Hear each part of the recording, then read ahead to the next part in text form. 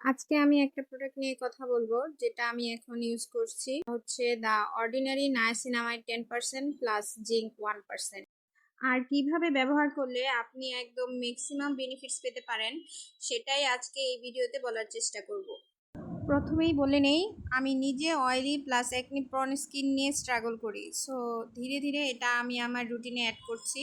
প্রথমে face wash দিয়ে মুখ ধুয়ে নেওয়ার পর স্কিনটা একটু ড্রাই হয়ে আসলে 2 থেকে 3 ড্রপস নেই, তারপর আস্তে আস্তে ফেসে প্রেস করে লাগাই। তারপর আসি এটা আসলে কি করে। নায়াসিনামাইড স্কিনের এক্সট্রা অয়েল কন্ট্রোল করতে হেল্প করে। লং টার্ম ইউজ করলে এটা পোর্সটাকে একটু মিনিমাইজ দেখায় আর ছোট ছোট একনি বাম্পস কমাতে হেল্প করে। জিঙ্ক থাকে বলে অ্যাক্টিভ একনি ও কাম করতে হেল্প করে।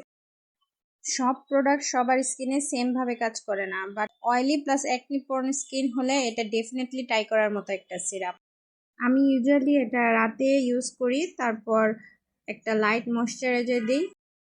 আর যদি সকালে ইউজ করি তাহলে সানস্ক্রিন অবশ্যই লাগাতে হবে, না হলে মার্কস ডার্ক হয়ে যেতে পারে। যদি প্রপার স্কিন কেয়ার না করে সিরাম ইউজ করা হয় তাহলে দুনিয়ার কোনো সিরামই অ্যাকচুয়ালি স্কিনে কাজ করবে না। আমি এখনো এটা ইউজ করছি, আমার কাছে সত্যি বলতে ভালোই লাগছে। তুমি যদি অলরেডি ইউজ করে থাকো তাহলে তোমার এক্সপিরিয়েন্স কেমন জানাতে পারো।